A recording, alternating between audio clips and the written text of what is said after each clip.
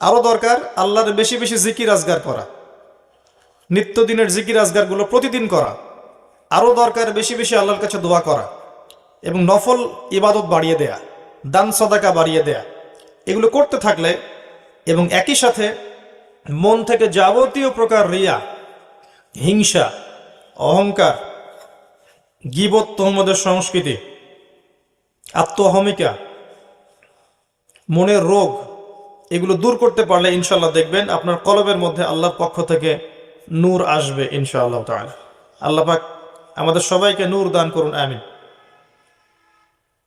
আল্লাহ কোরআনে অনেক জায়গায় বলেছেন, সূরা তাহরিমের মধ্যে আছে, সূরা হাদীদের মধ্যে আছে, অনেক জায়গায় সূরা নূরের মধ্যে আছে যে আল্লাহ যাকে নূর দেন না তার কোনো নূর নাই।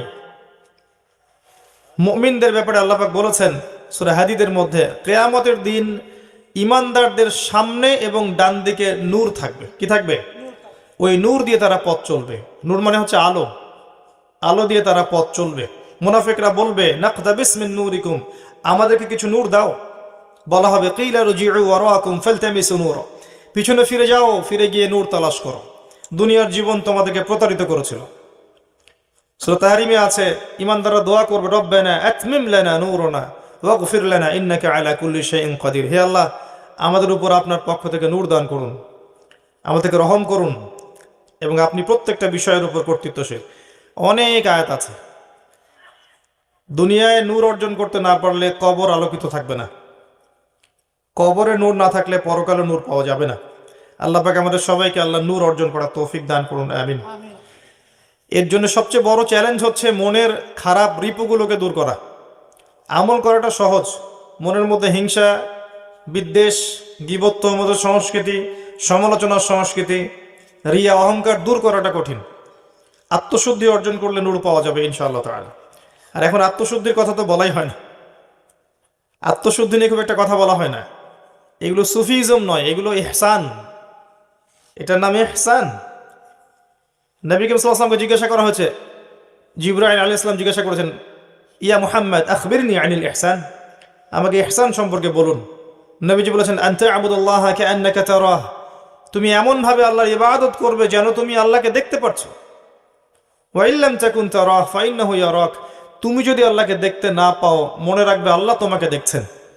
এই কনসিয়াসনেসের নাম হচ্ছে ইহসান। কখন আসবে? যখন আপনার কলবে নূর আছে।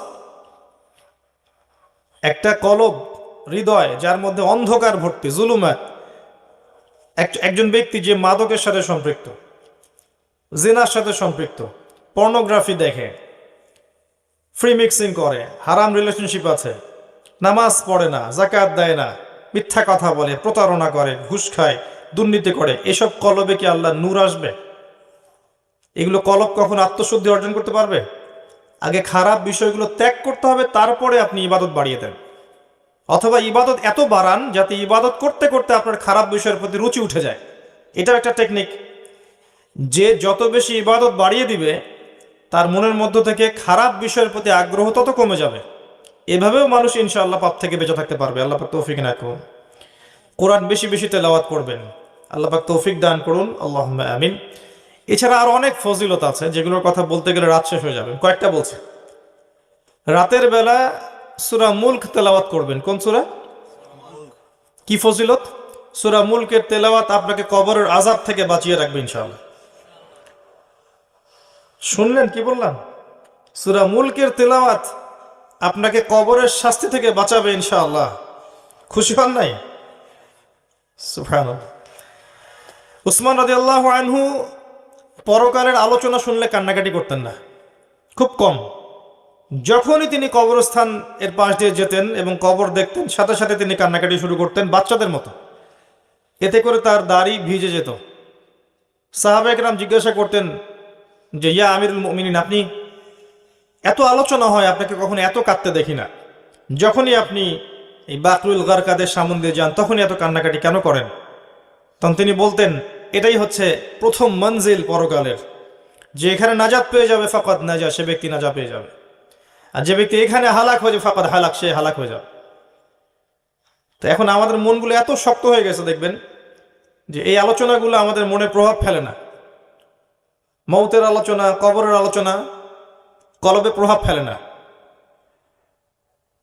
প্রভাব ফেলে ওয়াজ মাহফিলের নামে গান বাজনা, প্রভাব ফেলে ওয়াজ মাহফিলের নামে উল্টা পাল্টা কেচ্ছা কাহিনী, গান বাজনা, দেহে অঙ্গভঙ্গি, রসতামাশা, এগুলো মানুষের মধ্যে অনেক প্রভাব ফেলে দেখি মাশাআল্লাহ। আর ঠিক না বেঠিক সংস্কৃতি খুব প্রভাব ফেলে, তাই না? মানুষের ঠিক বেঠিক বলাই কোরআন শোনা ঠিক বেঠিক হয়? বললেও ঠিক, না বললেও ঠিক। কথা ঠিক না বেঠিক? মাশাআল্লাহ, এটা প্রভাব ফেলে, তাই না? কবরের আলোচনা প্রভাব ফেলে না। মনে রাখবেন, উসমান রাদিয়াল্লাহু আনহু বলতে যাচ্ছেন, বুঝাতে যাচ্ছেন, এই মঞ্জিলে যে ব্যক্তি পার পেয়ে যাবে সে ব্যক্তি পরকালের অন্য সমস্ত মঞ্জিলে পার পেয়ে যাবে ইনশাআল্লাহ তাআলা। এখান থেকে বাঁচাবে কে আপনাকে? সূরাতুল মুলক তেলাওয়াত করে দেখেন একবার অর্থ সহ, দেখবেন কেন এই সূরা কবরের আযাব থেকে বাঁচাতে পারে, আপনি বুঝে ফেলবেন ইনশাআল্লাহ তাআলা। এরপরে আপনি তেলাওয়াত করেন সূরাতুল কাহফ, প্রত্যেক জুমার দিনে তেলাওয়াত করেন, জুমার রাতেও করতে পারেন। এই সূরার তেলাওয়াত আপনাকে দাজ্জালের ফিতনা থেকে বাঁচাবে ইনশাআল্লাহ। কমপক্ষে প্রথম 10 এবং শেষের 10টা আয়াত মুখস্থ করবেন, পারবেন না? ইনশাআল্লাহ তাআলা, আল্লাহ পাক তৌফিক দান করুন। আয়াতুল কুরসি, সূরা বাকারার 255 নম্বর আয়াত। সূরা আয়াতুল কুরসি কত নম্বর আয়াত? 255 মুখস্থ আছে? প্রত্যেক ফরজ নামাজের পরে কয়বার? একবার। কি ফজিলত? এই ব্যক্তির জান্নাতে যাওয়ার জন্য একটাই বাধা, মৌত। মৌত হয়ে গেলেই কোথায় যাবে? জান্নাত ইনশাআল্লাহ তাআলা। আল্লাহ পাক সবাইকে আয়াতুল কুরসি মুখস্থ করার তৌফিক দান করুন, প্রত্যেক ফরজ নামাজের পর পড়ার তৌফিক দান করুন। আমলটা সহজ মনে হচ্ছে না? আমলটা কিন্তু কঠিন। কিভাবে কঠিন? 5 ওয়াক্ত নামাজ তো আগে পড়তে হবে, তাই না? 5 ওয়াক্ত নামাজ আগে পড়তে হবে, তারপরে আপনি আয়াতুল কুরসি পড়বেন। শুধু আয়াতুল কুরসির কথা বলা হয়নি এখানে, তো নামাজটা আগে। তারপরে আছে সূরা বাকারা এবং সূরা আলে ইমরান। সূরা বাকারা যেখানে তেলাওয়াত করা হয় সেখান থেকে শয়তান পালিয়ে যায়। সূরা বাকারার তেলাওয়াতে বরকত নেমে আসবে, সূরা বাকারার তেলাওয়াত ছেড়ে দিলে জীবনে আক্ষেপ নেমে আসবে। মনে রাখবেন, সূরা বাকারার তেলাওয়াত করলে জীবনে বরকত নেমে আসবে, আর সূরা বাকারার তেলাওয়াত যে ছেড়ে দিবে তার জীবনে আক্ষেপ নেমে আসবে। আমাদের জীবনে আক্ষেপ কেন এত?